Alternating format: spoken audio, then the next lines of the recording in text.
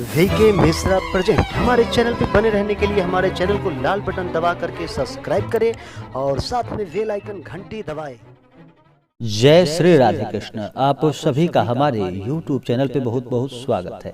यूं ही ज्ञानवर्धक जानकारियां प्राप्त करने के लिए हमारे इस चैनल को लाल बटन दबा करके सब्सक्राइब करें, साथ में बेल आइकन घंटी दबाएं ताकि मेरे वीडियो का नोटिफिकेशन आपके पास सबसे पहले पहुंचे।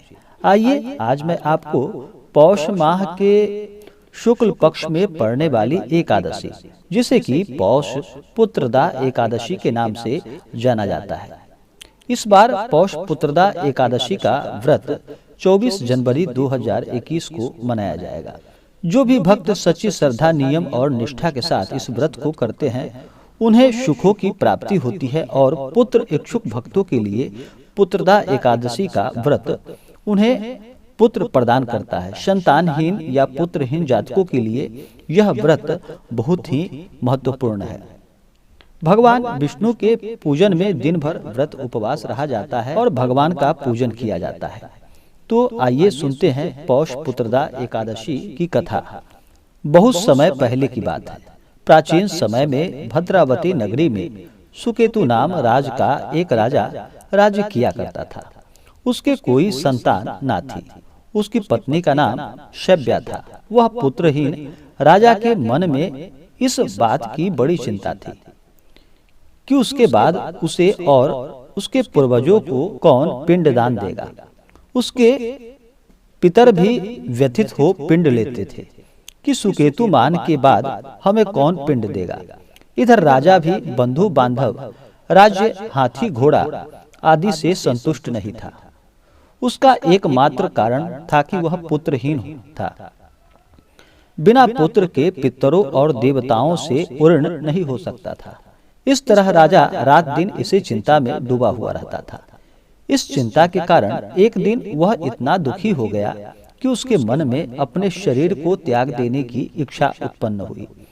किंतु वह सोचने लगा कि आत्महत्या करना तो महापातक होता है। अतः उसने यह मन में विचार किया कि अब मैं यह नहीं करूंगा। एक दिन इन्हीं विचारों में डूबा हुआ था कि वह घोड़े पर सवार होकर वन को चला गया। घोड़े पर सवार राजा वन पक्षियों और वृक्षों को देखने लगा। उसने वन में देखा कि मृग, बाघ, सिंह, बंदर आदि विचरण कर रहे हैं। हाथी शिशुओं और हथिनियों के बीच में विचर रहा था। उस वन में राजा ने देखा कि कहीं तो सियार कर्कश शब्द निकाल रहे हैं और कहीं मोर अपनी परिवार के साथ नाच रहे हैं। वन के दृश्यों को देखकर राजा और ज्यादा दुखी हो गया कि उसके पुत्र क्यों न हैं। इसी सोच में विचार में दोपहर हो गई। वह सोचने लगा कि मैंने अनेक यज्ञ किए हैं और ब्राह्मणों को स्वादिष्ट भोजन कराया है, किंतु फिर भी मुझे यह दुख क्यों मिल रहा है। आखिर इसका कारण क्या है। अपनी व्यथा किससे कहूं, कौन मेरी व्यथा का समाधान कर सकता है। अपने विचारों में खोए राजा को प्यास लगी। वह पानी की तलाश में आगे बढ़ा। कुछ दूर जाने पर उसे एक सरोवर मिला। उस सरोवर में कमल पुष्प खिला हुआ था।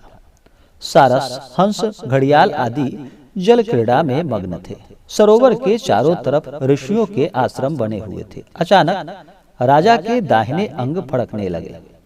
इसे शुभ शगुन समझकर राजा मन में प्रसन्न होता हुआ घोड़े से नीचे उतरा और सरोवर के किनारे बैठे हुए ऋषियों को प्रणाम करके उनके सामने बैठ गया।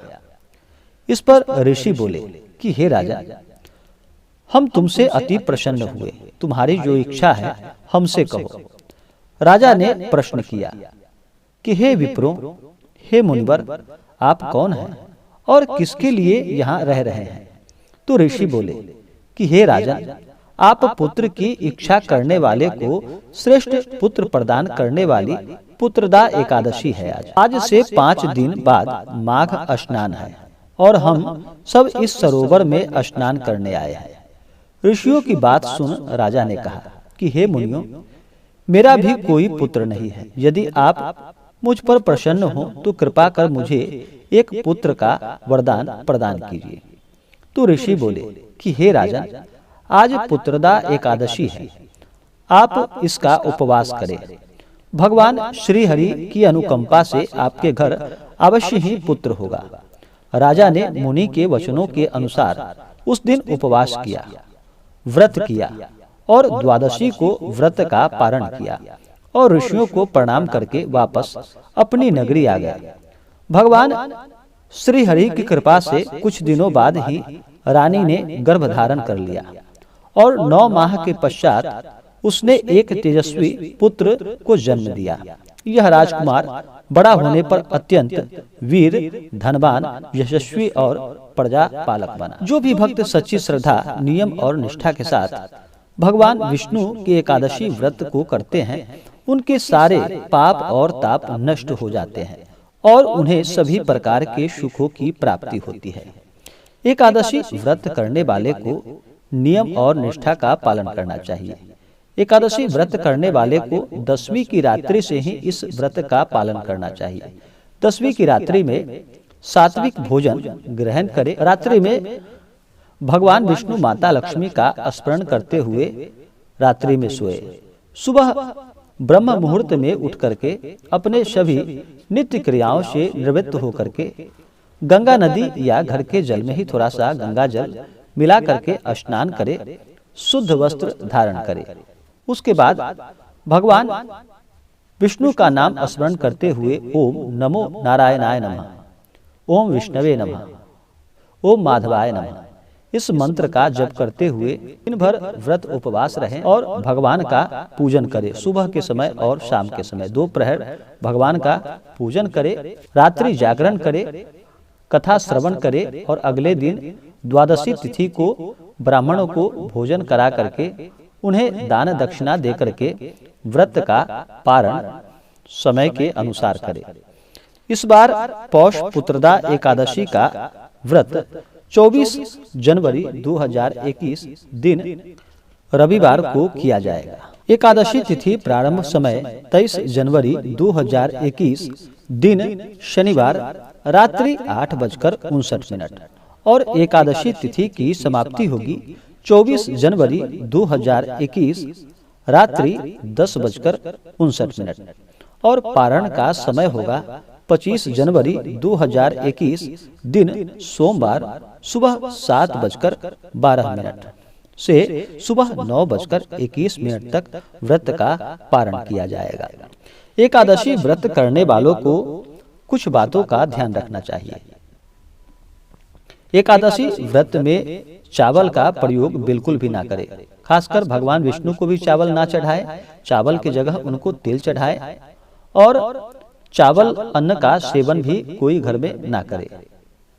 कहा जाता है कि जो भी एकादशी के दिन चावल ग्रहण करते हैं, चावल को खाते हैं, उन्हें रेंगने वाली कीड़े के रूप में जन्म लेना पड़ता है। एकादशी के दिन शुद्ध और सात्विक भोजन ग्रहण करें, प्याज लहसुन का भी प्रयोग ना करें, भगवान नाम का स्मरण करते रहें। इससे प्रभु की कृपा दृष्टि सदैव बनी रहेगी।